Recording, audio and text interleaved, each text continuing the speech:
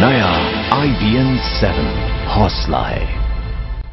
10 दिनों तक पुलिस को छकाने की कोशिश करता रहा संत रामपाल आखिरकार कल रात को गिरफ्तार हुआ और आज कोर्ट में यहां पर एक तरफ कदम आगे बढ़ते हुए शिकंजा रामपाल पर कोर्ट का, जहां पे 2006 के हत्या के मामले में रामपाल की जमानत जो है वो रद्द हो गई है और अब कोर्ट के अवमानना का जो मामला है उसकी सुनवाई दोपहर 2 बजे होगी। 2006 की एक हत्या की केस की हम आपको ये बात बता रहे हैं यहां पर, जहां पे रामपाल की जमानत रद्द कर दी गई है। कोर्ट ने इस मामले में रामपाल को गिरफ्तार करने को कहा है। हत्या के इस मामले में रामपाल 2007 में जमानत पर चल रहा था। अदालत के अवमानना के केस में दोपहर 2 बजे सुनवाई और रामपाल फिलहाल पुलिस की गिरफ्त में है। बुधवार रात पुलिस ने लंबी जद्दोजहद के बाद रामपाल को हिसार के सतलोक आश्रम से गिरफ्तार किया।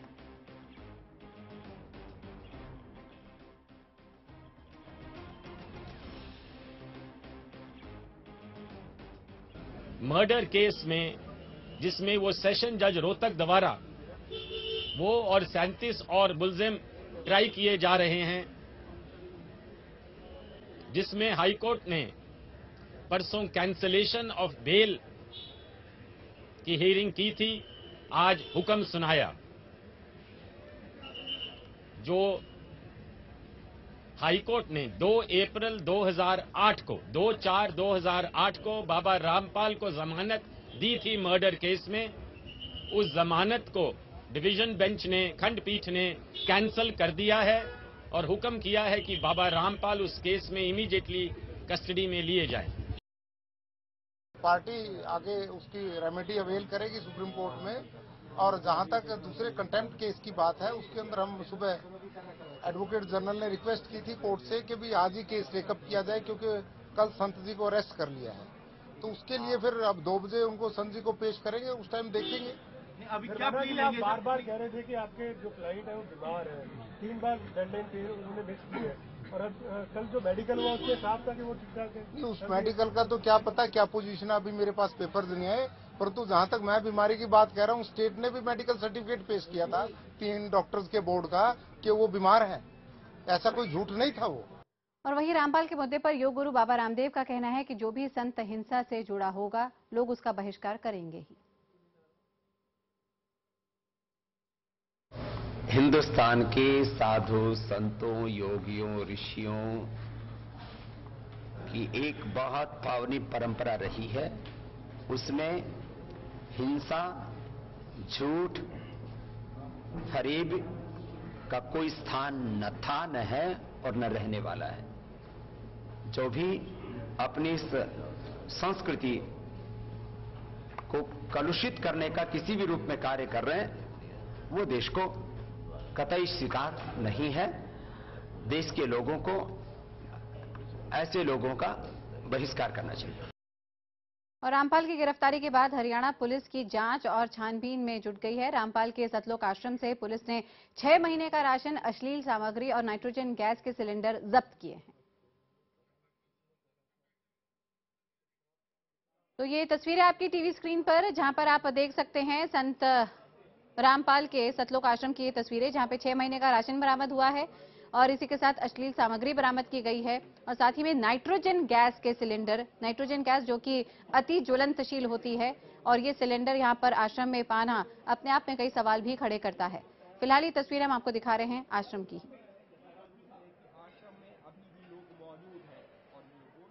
और आइए सीधे रुख करते हैं हमारे सहयोगी पुनीत त्रिपाठी का, जो कि लगातार इस खबर को ट्रैक कर रहे हैं। पुनीत, अब तक जो सुनवाई हुई है उसके मुताबिक अब जेल की रोटी खानी पड़ेगी, जेल का पानी भी पीना पड़ेगा, जेल में जाना तय है? बिल्कुल साफ हो गया है कि इनको अब जेल में जाना होगा। जिस तरीके से इनकी जो बेल थी 2008 में इनको जमानत मिली थी, 2006 के हत्या के मामले में वो कोर्ट ने रद्द कर दिया है। इससे पहले जब सुनवाई परसों हुई थी उसके बाद से जो है ऑर्डर रिजर्व था, ये ऑर्डर जो है आज आया है और इस पूरे मामले के जो अमिकस क्यूरी हैं उन्होंने एप्लीकेशन लगाई थी कि कैंसिल कर दिया जाए इनका।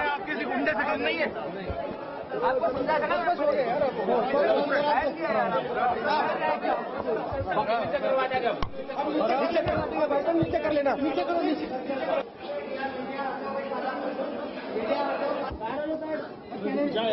पीछे टांगो, रुक जाओ 2 मिनट।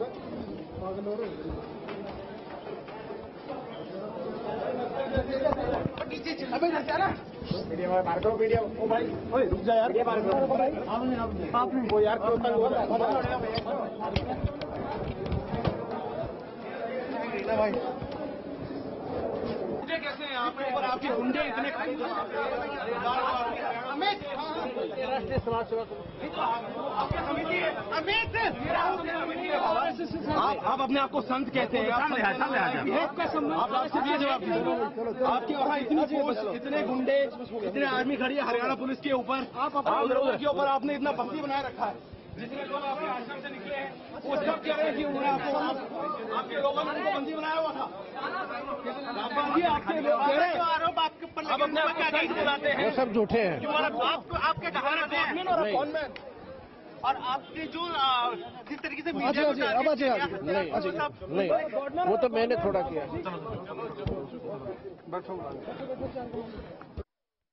कोर्ट परिसर की आप यहाँ पे ये सीधी तस्वीरें देख रहे थे, जहाँ पे अब थाने ले जाया जा रहा है रामपाल को। यहाँ पे मीडिया कर्मियों की लाख कोशिश थी कि संत रामपाल से सुन सके वो क्या कहना चाहते हैं अपनी गिरफ्तारी पर। जब ये पूछा गया कि आपने जबरन लोगों को बंधक बनाया हुआ था, आपके किस तरह से समर्थक यहाँ पे हथियारों से लैस थे और पुलिस पर हमला कर रहे थे, इन तमाम आरोपों पर आपका क्या कहना है, संत रामपाल ने सिर्फ इतना कहा कि ये सभी आरोप झूठे हैं। आइए फिर से रुक करते हैं पुनीत त्रिपाठी का। पुनीत, ये लाइव तस्वीरें हमने अपने दर्शकों को दिखाई, इल्जाम काफी संगीन है और कई मामले हैं, कोई एक मामला नहीं है रामपाल पर। फिलहाल अभी तक की कार्रवाई की जो बात करें उससे एक मुश्किल बड़ी है कि जेल में जाना पड़ेगा। 2 बजे की कार्रवाई में क्या उम्मीद है, क्या कुछ होगा आगे? देखिए, जिस तरीके से कोर्ट का अब तक रुख रहा है इस पूरे मामले में, भले से ही प्रशासन ने भी अपनी लाचारी कोर्ट के सामने पिछली सुनवाई में जाहिर की थी कि वहां पर बहुत सारे लोग हैं इसलिए गिरफ्तार करना मुश्किल हो रहा है, लेकिन कोर्ट ने किसी की नहीं सुनी और फिर से कहा कि उनको गिरफ्तार करके लाइए। फिर से जो नॉन अवेलेबल जो वारंट है एक बार फिर से इशू किया। यानी एक बात साफ है कि कोर्ट का रुख जो है अब तक बेहद सख्त है और ये हो सकता है कि इस पूरे अवमानना के मामले में जो कोर्ट जो है वो उनको कोई सजा भी सुना सकती है। लेकिन ये सब कुछ के लिए इंतजार करना पड़ेगा हमें 2 बजे तक का, कि 2 बजे जब उनको पेश किया जाता है उस समय जो एडिशनल सॉलिसिटर जनरल हैं यहाँ के वो क्या कहते हैं, एमिकस क्यूरी हैं वो क्या कहते हैं और उनके बचाव में जो बाबा के वकील हैं वो क्या दलीलें रखते हैं और इन सारी चीजों से कोर्ट कितनी संतुष्ट होती है, ये उसके लिए हमको 2 बजे तक का इंतजार करना होगा। पुनीत, ऐसे में पुलिस का क्या रुख रहेगा? पुलिस किस तरह से अपने केस को मजबूत बनाने की कोशिश कर रही है? क्या रिमांड पर लेने की भी कोशिश रहेगी? अब तक की कार्रवाई से क्या आप ये भांपते हैं? देखिए, जो 2 बजे की सुनवाई है वो सिर्फ अवमानना के मामले में सुनवाई है और उसी को लेकर के यहाँ सुनवाई होगी। इस सुनवाई के बाद जो कुछ भी आदेश आता है उस पर तो अमल करेगी ही पुलिस। उसके सिवाय अब पुलिस को पेश करना होगा इनको, जो बरवाला में जो एफआईआर दर्ज हुई है उस एफआईआर के मामले में इनको हिसार कोर्ट के जिला अदालत में पेश किया जा सकता है। अभी देखना होगा कि सीधे क्या इनको हिसार लेकर के पुलिस जाएगी या फिर इनको ट्रांजिट रिमांड के लिए यहाँ पंचकुला के जिला जो अदालत है उसमें वहाँ पेश करके वहाँ ट्रांजिट रिमांड लिया जाता है या कल उनको ले जाकर के पेश करती है। ये पुलिस की रणनीति एक हो सकती है, क्योंकि पुलिस को वहां हिसार में भी लॉ एंड ऑर्डर की जो सिचुएशन है उसको देखते हुए फैसला लेना होगा और इन सारी चीजों से कोर्ट को पुलिस भी अवगत कराएगी कि अभी वहां पर क्या सिचुएशन है और उनको अगर वहां पेश करते हैं तो किस तरीके की दिक्कत आ सकती है। पुनीत, कंटेम्प्ट ऑफ कोर्ट यानी कि यहाँ पे कोर्ट की अवमानना करना, ये कितना संगीन आरोप है? क्या क्या धाराएं इसके तहत होती है और 2 बजे की सुनवाई में किस तरह की कार्रवाई हो सकती है जहां तक कंटेम्प्ट ऑफ कोर्ट का सवाल है? कानूनी जानकार क्या जानकारी दे रहे हैं आपको? देखिए, जो जानकारों से हमारी बातचीत हुई है उनका यही कहना है कि वो मान करके चल रहे हैं कि हो सकता है इसमें उनको कोई ना कोई जो सजा है वो जरूर सुनाई जाए और वो कोर्ट के ऊपर निर्भर करता है कि वो कितनी सजा उनको देती है। अगर कोर्ट का रुख ज्यादा सख्त होता है तो कानूनी जानकार कहते हैं कि इस अवमानना के मामले में 6 महीने तक की सजा जो है अदालत जो है वो सुना सकती है, लेकिन वो कोर्ट के ऊपर है, निर्भर करता है कि किस तरीके का रुख कोर्ट का रहता है और क्या दलीलें जो हैं उनके जो वकील हैं वो पेश कर पाते हैं और कितना संतुष्ट कर पाते हैं। वो सारी चीजें अदालत के फैसले पर ही निर्भर करेंगी कि अवमानना के मामले में क्या होता है। बिल्कुल पुनीत, इसके अलावा यहाँ पे सतलोक आश्रम की भी लगातार छानबीन जारी है। वहां से हमने देखा किस तरह से अश्लील सामग्री बरामद हुई है। इसके अलावा कुछ और नाइट्रोजन के सिलेंडर बरामद हुए हैं। हमने देखा कि किस तरह से यहाँ पे खुद संत रामपाल के समर्थक थे जो कि हथियारों से लैस थे, अवैध हथियार भी थे उनके पास जब वो पुलिस के ऊपर हमला कर रहे थे। तमाम फौजरी हत्या के जो पुराने मामले हैं उनके अलहद ये जो ताजा मामला बरवाला में घटा था इन 10 दिनों में, उसको भी क्या कोर्ट में संज्ञान में लेगी? क्या उसको लेकर भी अब एक नया केस, फ्रेश केस दाखिल हो सकता है रामपाल के खिलाफ?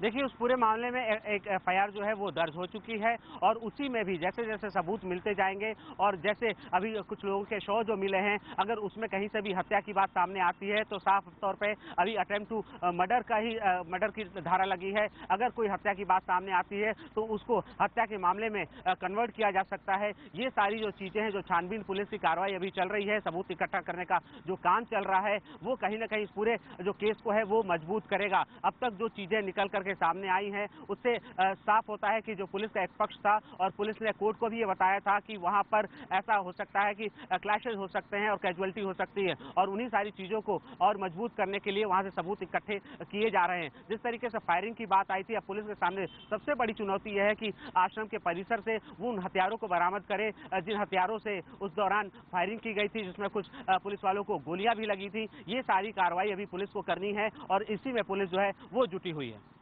पुनीत, यहाँ पे संत रामपाल के साथ रामपाल के बेटे, उनके भाई पुरुषोत्तम दास और एक कजन को भी गिरफ्तार किया गया है पुलिस द्वारा। इन लोगों के खिलाफ क्या कार्रवाई होगी और कौन कौन से मामले में ये लिप्त पाए जा रहे हैं?